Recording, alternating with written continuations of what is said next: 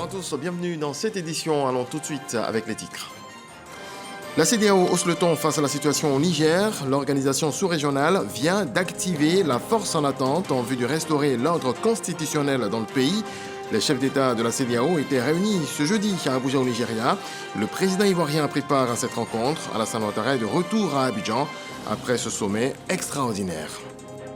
C'est parti pour le dépôt des dossiers de candidature pour les élections sénatoriales. Jusqu'au 17 août, les candidats qui remplissent les conditions devront se présenter à la Commission électorale indépendante CEI.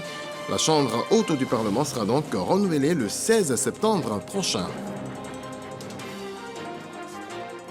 Et puis, dans ce journal, nous prendrons la direction de Koukourandoumi, dans la localité d'Aboisseau. C'est le village de l'épouse du président Henri Konan Bédié. Notre reporter Eugène Atoubé nous apprend que c'est la consternation après le décès de l'ancien président ivoirien. Les populations, sous le choc, gardent cependant de beaux souvenirs du président du PDCI RDA. Je le disais à l'instant, le président de la République, Alassane Ouattara, a regagné Abidjan ce jeudi en début de soirée après avoir pris part au sommet extraordinaire de 24 heures de la CEDEAO sur la situation au Niger. Cette rencontre a permis aux chefs d'État et de gouvernement de la communauté d'ordonner l'activation de la force d'attente de la CEDEAO en cas de réticence des putschistes nigériens pour le retour à l'ordre constitutionnel. Jérôme Kofiaboula. Réunis ce jeudi à Abuja, au Nigeria, les chefs d'État et de gouvernement de la CEDEAO ordonnent l'activation de la force d'intervention d'attente de la communauté en vue du rétablissement de l'ordre constitutionnel au Niger. Le président de la République de Côte d'Ivoire, Alassane Ouattara, après avoir pris part à ce sommet de 24 heures, est de retour à Abidjan. Le chef de l'État est accueilli à sa descente d'avion par le vice-président de la République, Tiemoko Mélié Koné, entouré de plusieurs membres du gouvernement, avec à leur tête le Premier ministre Jérôme Patrick-Achi. Au pavillon présidentiel, le président Alassane Ouattara fait le point de ce sommet qui condamne tout accès au pouvoir par la force. Tous les chefs d'État de la CEDEAO ont condamné la tentative de coup d'État au Niger, car cela constitue une violation donc de nos textes, un recul démocratique et une menace à la paix et à la stabilité dans la sous-région. Ainsi, nous avons réaffirmé à l'unanimité que le président Mohamed Bazoum est le président légitime, légal et démocratiquement élu de la République du Niger. Deuxièmement, nous avons demandé que le président Bazoum soit libéré immédiatement et sans condition. Troisièmement, nous avons demandé que le président Bazoum soit réinstallé dans ses fonctions de président du Niger afin de s'occuper de la gestion de son pays comme celle-ci lui a été confiée par le peuple nigérien. Une fois que ces conditions seront remplies, les chefs d'État de la CEDEAO demanderont au président Bazoum de faire preuve de clémence en vue du renforcement de la réconciliation et de la démocratie.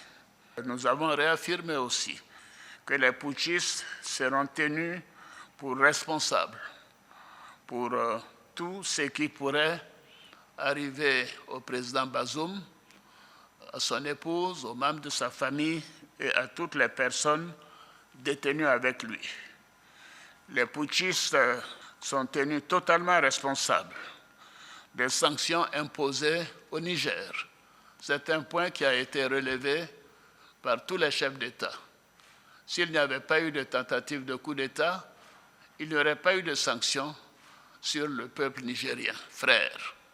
Et nous tenons à le souligner. La Côte d'Ivoire a des relations fortes et spéciales avec le Niger depuis le temps d'Ameni Diori et de Houphouët-Boigny. Et nous souffrons de voir le peuple frère du Niger soumis à des sanctions. Fermeture de banques, commerce interrompu, diminution de fourniture d'électricité, mais nous tenons à dire que cela est la faute des putschistes. nous demandons aux putschistes de mettre fin à la souffrance des Nigériens. Ça fait plus d'une semaine que ce pauvre peuple n'a pas d'électricité dans la plupart des régions. La nourriture commence par manquer. La famine pourrait s'installer dans le pays. Les gens ne peuvent retirer que 10 000 francs par jour et encore, ainsi de suite. Il faut mettre fin aux souffrances des Nigériens. La CEDEAO, en fonction de toutes les informations que nous avons obtenues, le constat de manque de volonté de la part des putschistes de rendre le pouvoir au président démocratiquement élu, la CEDEAO, les chefs d'État ont décidé d'activer la force en attente et de déployer cette force pour rétablir l'ordre constitutionnel au Niger. Il nous a été présenté le concept d'opération et le plan d'opération du comité des chefs d'état-major de la CEDEAO. Et ce plan a été validé. Et maintenant, il doit rentrer en fonction. Et les chefs d'État ont marqué un accord donc, pour le déploiement des troupes d'un certain nombre de pays, dont la Côte d'Ivoire. La Côte d'Ivoire fournira un bataillon et a pris toutes les dispositions financières pour l'opération. Si elle doit durer 3 mois, les provisions seront faites au niveau budgétaire pour que nos soldats et nos officiers ne manquent de rien. Donc la Côte d'Ivoire est prête et je viens de donner instruction au chef d'état-major général des armées de commencer la mobilisation de ces troupes pour leur participation à cette opération de la CEDEAO. Je voudrais indiquer que ces décisions sont collectives, sont celles de la communauté des États de l'Afrique de l'Ouest. Ce ne sont pas des décisions qu'il faut attribuer à un État, que ce soit le Nigeria ou la Côte d'Ivoire ou le Bénin. Ces 3 pays déjà ont indiqué leur capacité de participer à cette opération. Avec cette décision d'ordonner l'activation de la force d'attente de la CEDEAO, les chefs d'État et de gouvernement de la communauté entendent tout mettre en œuvre pour éviter la contamination des coups d'État, surtout en Afrique de l'Ouest. À noter que le cas du Niger est le 4e coup de force après ceux du Mali, de la Guinée et du Burkina Faso. Et je vous invite à suivre la déclaration du président de la République, Alassane Ouattara, à l'issue donc de ce sommet extraordinaire. Je viens de rentrer d'Abuja, où j'ai pris part à un sommet extraordinaire de la CEDEAO sur la situation politique au Niger. Il s'agit du 2e sommet que notre organisation tient sur la situation dans ce pays frère en 10 jours, ce qui démontre notre forte préoccupation au niveau des chefs d'État.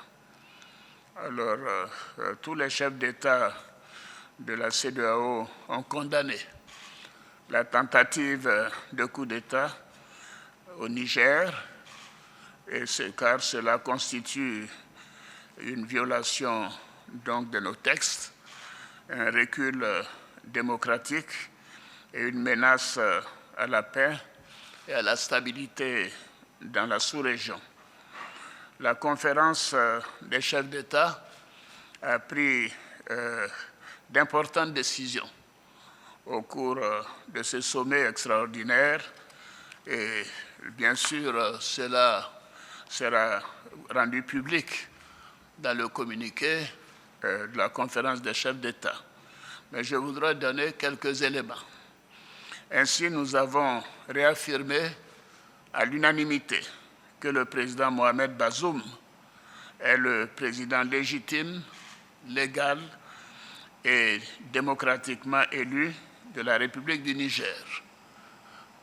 Deuxièmement, nous avons demandé que le président Bazoum soit libéré immédiatement et sans condition. Troisièmement, nous avons demandé que le président Bazoum soit réinstallé dans ses fonctions de président du Niger afin de s'occuper de la gestion de son pays comme celle-ci lui a été confiée par le peuple nigérien. Les chefs d'État de la CEDEAO, bien sûr, une fois que ces conditions seront remplies, les chefs d'État de la CEDEAO demanderont au président Bazoum de faire preuve de clémence en vue du renforcement de la réconciliation et de la démocratie. Nous avons réaffirmé aussi que les putschistes seront tenus pour responsables pour tout ce qui pourrait arriver au président Bazoum, à son épouse, aux membres de sa famille et à toutes les personnes détenues avec lui. Les putschistes sont tenus totalement responsables des sanctions imposées au Niger. C'est un point qui a été relevé par tous les chefs d'État. S'il n'y avait pas eu de tentative de coup d'État, il n'y aurait pas eu de sanctions sur le peuple nigérien, frère. Et nous tenons à le souligner. La Côte d'Ivoire a des relations fortes et spéciales avec le Niger depuis le temps d'Ameni Diori et de Houphouët-Boigny. Et nous souffrons de voir le peuple frère du Niger soumis à des sanctions. Fermeture de banques, commerce interrompu, diminution de fourniture d'électricité, mais nous tenons à dire que cela est la faute des putschistes. S'il n'y avait pas eu de tentative de coup d'État, cela ne serait pas arrivé. Je tiens à le souligner. Alors donc, je demande personnellement, et les chefs d'État l'ont dit, nous demandons aux putschistes de mettre fin à la souffrance des Nigériens. Ça fait plus d'une semaine que ce peuple n'a pas d'électricité dans la plupart des régions. La nourriture commence par manquer. La famine pourrait s'installer dans le pays. Les gens ne peuvent retirer que 10 000 francs par jour et encore, ainsi de suite. Il faut mettre fin aux souffrances des Nigériens. Alors, la CEDEAO, vous savez, a fait sa part. Elle a dépêché plusieurs émissaires, dont l'ancien chef d'État, le président Abdou Salam Aboubakar, et le sultan de Sokoto, Saad Aboubakar. Mais ils n'ont pas été reçus par le chef de la junte et les putschistes. Cela est contraire à nos traditions africaines et constitue un manque de respect pour ces hautes personnalités, pour le Nigeria et pour toute la CEDEAO. Ce n'est pas acceptable. La CEDEAO, en fonction de toutes les informations que nous avons obtenues, le constat de manque de volonté de la part des putschistes de rendre le pouvoir au président démocratiquement élu, la CEDEAO, les chefs d'État ont décidé d'activer la force en attente et de déployer cette force pour rétablir l'ordre constitutionnel au Niger. Il nous a été présenté le concept d'opération et le plan d'opération du comité des chefs d'état-major de la CEDEAO. Et ce plan a été validé. Et maintenant, il doit rentrer en fonction. Et les chefs d'État ont marqué un accord donc, pour le déploiement des troupes d'un certain nombre de pays, dont la Côte d'Ivoire. La Côte d'Ivoire fournira un bataillon et a pris toutes les dispositions financières pour l'opération. Si elle doit durer 3 mois, les provisions seront faites au niveau budgétaire pour que nos soldats et nos officiers qui participeront à cette opération ne manquent de rien. Donc la Côte d'Ivoire est prête et je viens de donner instruction au chef d'état-major général des armées de commencer la mobilisation de ces troupes pour leur participation à cette opération de la CEDEAO. Alors évidemment, les chefs d'état-major, je pense auront d'autres rencontres pour finaliser les choses, mais ils ont l'accord de la conférence des chefs d'État pour que l'opération démarre dans les plus brefs délais. Je voudrais indiquer que ces décisions sont collectives, sont celles de la communauté des États de l'Afrique de l'Ouest.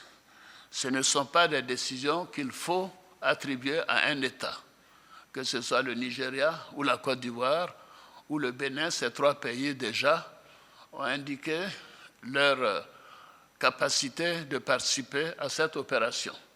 D'autres pays le feront bientôt. Donc la conférence des chefs d'État tient à le faire savoir que c'est une opération de la CEDEAO.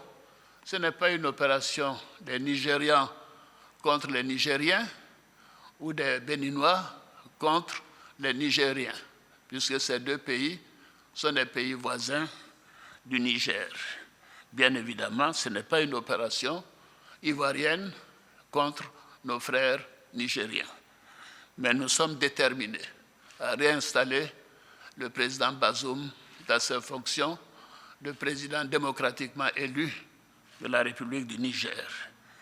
Nous appliquons ainsi les textes et les protocoles de notre communauté. Alors, notre objectif, comme vous le constatez, est la paix et la stabilité dans notre sous-région, et surtout le bien-être de nos populations et le développement de nos pays.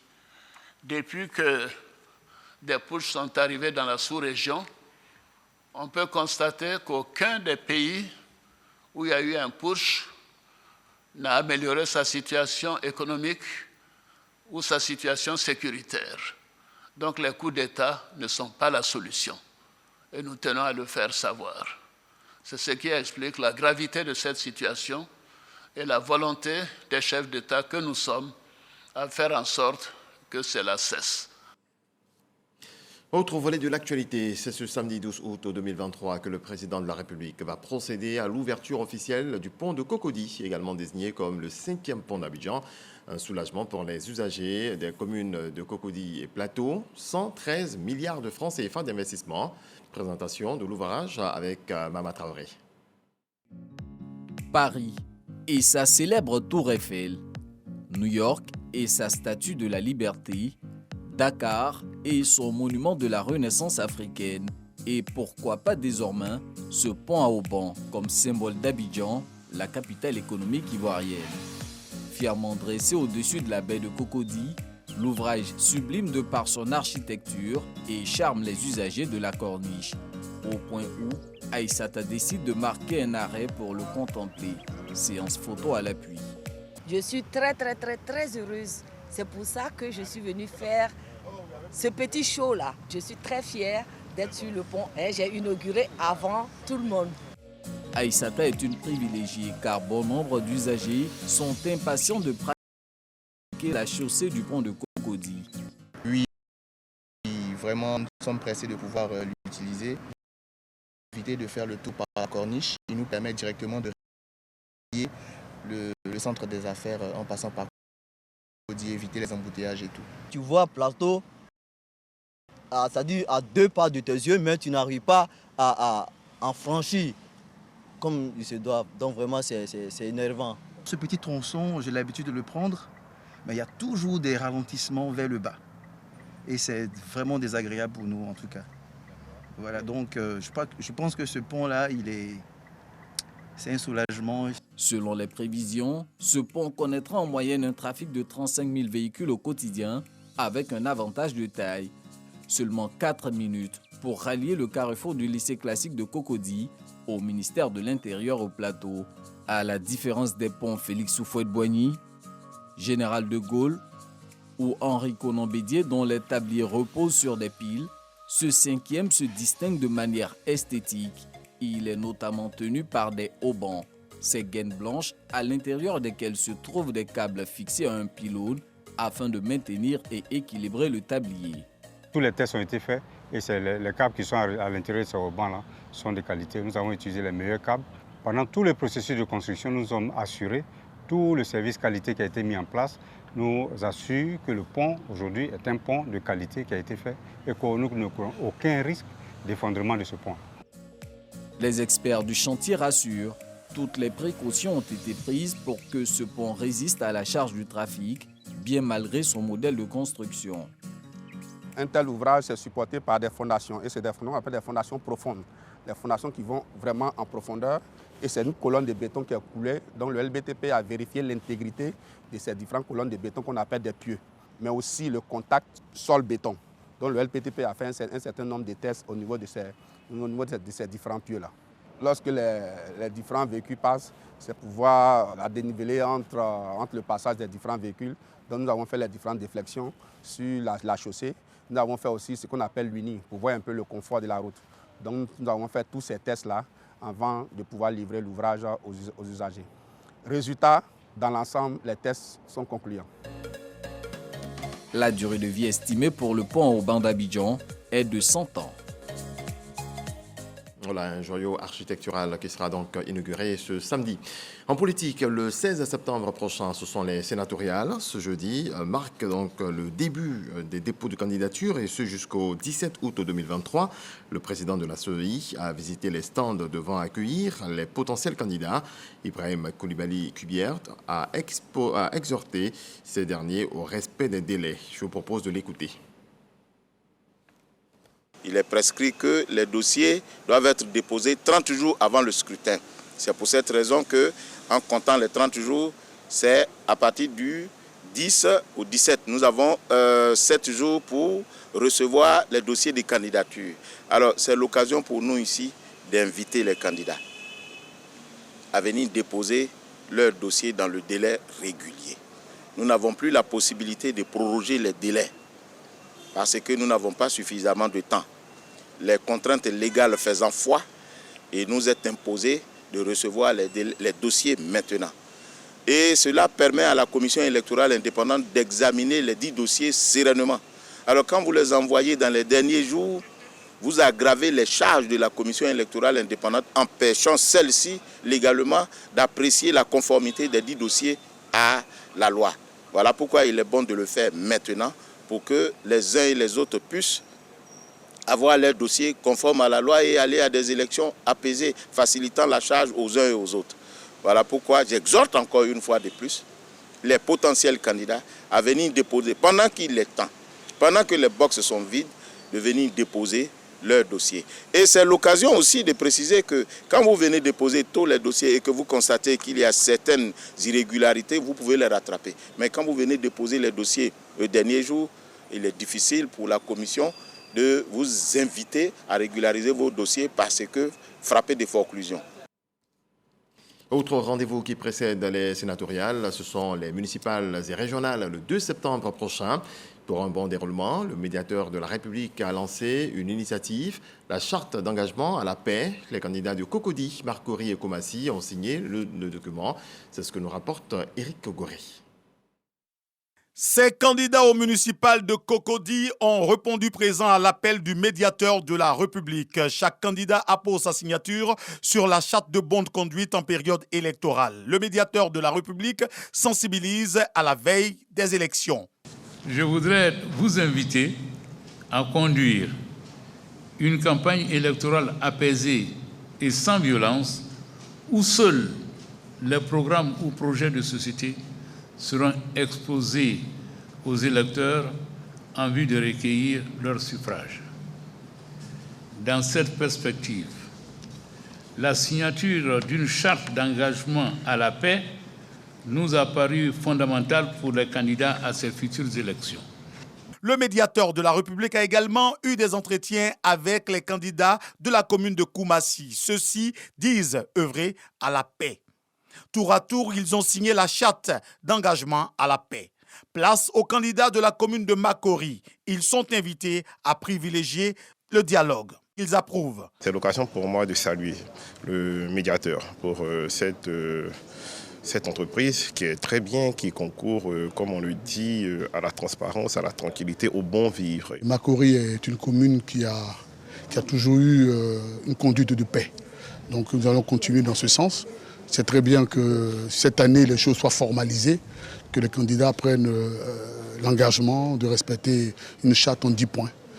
Nous avons tous une haute idée de la nation, nous avons une haute idée de la commune. Nous veillerons à ce que l'engagement que nous avons pris ici puisse être respecté. Adama Tungara demande aux candidats de tous les camps la responsabilité et la retenue. Faire en sorte que la campagne à Marcory soit comme elle a été conduite auparavant, dans la paix, dans la fraternité, pour que cette commune paisible demeure ce qu'elle a toujours été. Sensibiliser avant, pendant et après les élections du 2 septembre prochain est une priorité pour le médiateur de la République qui, à travers ses actions, renforce la paix sociale en tout temps et en tout lieu. Le troisième titre de notre journal nous conduit à Koukorandoumi, à Aboisseau, le village de Henriette Bomo-Bédier. Après le décès de son époux, l'ancien président ivoirien, c'est la consternation. Les populations, encore sous le choc, gardent cependant de beaux souvenirs de celui qu'elles considèrent comme leur fils, Eugène Atoubé. À 5 km d'Aboisseau, sur la route qui mène à Yamé, Koukorandoumi. Ici, on est solidaire de Henriette Bomo, fille de ce village paisible et de ses enfants. La disparition de son époux, l'ancien président de la République, Henri Konan Bédié, a bouleversé le quotidien dans ce village et plongé les populations dans une profonde affliction. À 3 h du matin, j'entends des bruits, les gens crient, les gens applaudissent. Mais qui est mort dans le village? Le matin, ils demandent, on dit c'est papa Bédié qui me dit quoi? Il était malade, on dit on ne savait pas, on ne sait pas s'il était malade. En tout cas, ça nous a touché, ça a touché les jeunes du village. Ils n'ont même pas dormi ce jour-là. C'est beau, c'est ici chez lui. Et puis un soir, on voit à la télévision son décès. Bon, ça fait très mal. Le matin, quand je suis rentré dans le village, il y a un même que j'ai croisé qui dit on est en deuil. C'est lui qui nous tenait est parti. J'ai dit mais qui? Il dit le président Bédié. En cette période de vacances scolaires où d'ordinaire tout bouge dans ce village qui séduit par sa modernité et sa propreté, rares sont les présences de populations dans les rues bien tracées du village. Il faut se rendre dans les habitations pour réaliser que la vie suit son cours normal, dans le respect de la mémoire de l'illustre disparu. Henri Konan Bédié, au-delà de son statut d'ancien président de la République, était considéré comme fils de Koukorandoumi, un digne fils dont la présence dans le village était toujours un moment spécial. Souvenir des jours heureux. Quand j'étais enfant, papa Bédié venait ici, je lui ai remis une fleur. À sa femme, à lui, on était là, il était assis sur la même table avec lui. Vraiment, aujourd'hui, c'est triste. Quand il vient ici, sa femme vient ici, on est tous ensemble. S'il y a tournoi, et puis nos enfants jouent. C'est par les médias que les populations et la chefferie du village ont appris la triste nouvelle. L'essentiel pour la population et la chefferie de Koukorandoumi reste, selon elle, que le défunt bénéficie de la reconnaissance de la Côte d'Ivoire entière. On se remet à Dieu parce que c'est un coup dur pour la Côte d'Ivoire, c'est un coup dur pour l'Afrique, c'est un coup dur pour le monde entier, particulièrement pour sa femme. Le président Bédié, c'était un monument. Il incarne vraiment la paix. Nous remercions le président Alassane pour tout ce qu'il fait pour la famille Bédié et tout ce qu'il fera encore pour la Côte d'Ivoire. Henriette Bédié est d'ici. Et donc, le deuil qui la frappe, c'est notre deuil. Quand on nous appelait pour nous dire des condoléances, on ne comprenait rien. Et quand, au final, on a appris que ce dont on nous parlait n'est autre chose qu'une vérité. Lui-même, en son temps, il avait dit que les grandes douleurs vraiment sont muettes. Koukorandoumi reste digne et traduit sa reconnaissance au président de la République. Alassane Ouattara a décrété 2 jours de deuil national au lendemain du décès de celui qu'il appelait affectueusement son aîné et qui inspire à toute la Côte d'Ivoire un profond respect. Parlons religion à présent, les pèlerins ivoiriens sur les pas de Bernadette Soubirou, adolescente de 14 ans en 1858, à qui la Vierge Marie est apparue plusieurs fois. Grace Kando a sillonné avec eux les rues de Lourdes. Suivant. Les pèlerins ivoiriens du groupe Jean-Paul Nobou sur les pas de Bernadette Soubirous, une adolescente de 14 ans à qui la Vierge Marie est apparue 18 fois entre février et juillet 1858.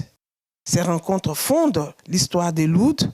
Les pèlerins ont parcouru les rues de Lourdes pour découvrir les lieux qui ont marqué la vie de Bernadette, les années de son enfance au sein d'une famille pauvre, sa vie cachée comme religieuse et sa vie au temps des différentes apparitions. Nous devons toujours écouter la voix de Dieu.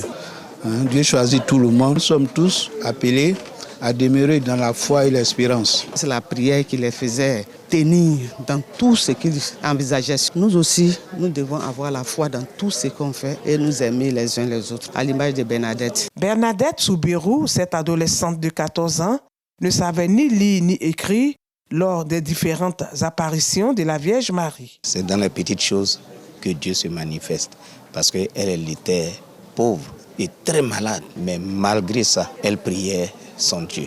Et la Vierge Marie l'a choisie. Née le 7 janvier 1844, Bernadette Soubirous a été canonisée le 8 décembre 1933 par le pape Pie XI. Voilà, c'est d'ici que nous refermons les portes de cette édition. Merci à vous tous de nous avoir suivis. Je vous souhaite beaucoup de paix dans vos foyers.